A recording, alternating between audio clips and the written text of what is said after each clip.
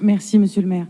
Chers collègues, puisque on interroge la France insoumise sur ce qu'elle pense dans ce drame, je vais vous lire une déclaration des élus insoumis du conseil municipal de Tours. La mort terrible à Nanterre du jeune Naël, 17 ans, abattu par un agent de police mardi 27 juin lors d'un contrôle routier, a entraîné une explosion de colère dans la jeunesse des quartiers populaires.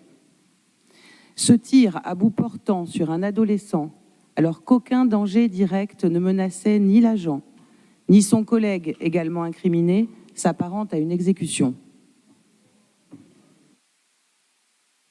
Vous voulez bien respecter la solennité du moment ? Merci. L'assassinat de Naël vient s'ajouter aux 13 morts abattus en 2022 dans les mêmes conditions et à la longue liste des victimes de violences policières. Cette tragédie s'inscrit dans un quotidien de harcèlement et de violence, de contrôle aux faciès et de multiplication des amendes abusives. Et elle s'inscrit aussi sur le fond d'une augmentation très forte de la pauvreté et des inégalités sociales dans les quartiers populaires qui subissent en outre le délabrement et le retrait des services publics. Le gouvernement refuse d'apporter une réponse politique adaptée à une révolte dont les motifs sont légitimes et les ressorts compréhensibles. L'impunité dont jouissent largement les forces de l'ordre, en particulier lorsqu'elles commettent des violences, trop souvent meurtrières, à l'égard de la jeunesse des quartiers populaires, est devenue insupportable. Comme l'absence d'une réponse sur le terrain légal, remettant en cause les effets désastreux de la loi de sécurité publique du 28 février 2017.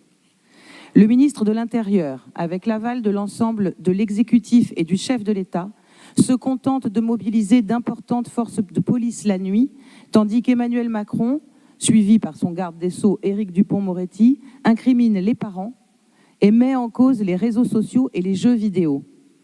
Parallèlement, des préfets mettent en œuvre des mesures de couvre-feu plus ou moins étendues pour essayer d'enrayer la propagation des émeutes.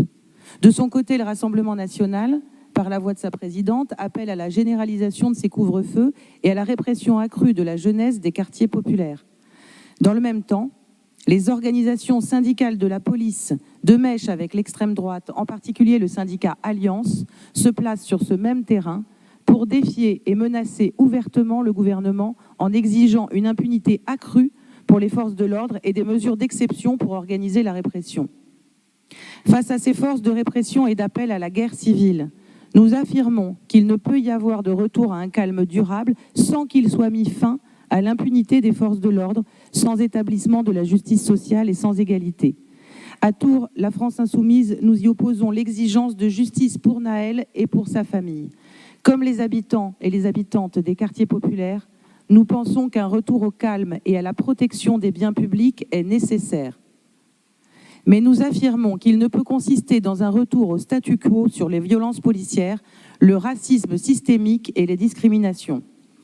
Un plan d'urgence pour sortir de la crise est nécessaire, à commencer par l'abolition de la loi de sécurité publique de 2017 qui donne un permis de tuer et la création d'une commission vérité et justice sur les violences policières ayant entraîné la mort ou la mutilation de citoyennes et de citoyens.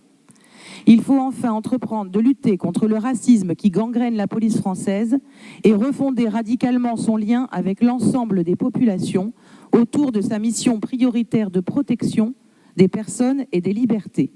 Sur la base de ces propositions avec l'ensemble des forces de la NUPS, il s'agit d'approfondir dès maintenant les relations de la gauche de transformation sociale avec les associations et collectifs des quartiers populaires pour défendre en commun avec le mouvement social dans son ensemble, y compris les organisations syndicales, un horizon de rupture avec le désastre néolibéral et la violence auquel il conduit. Je vous remercie.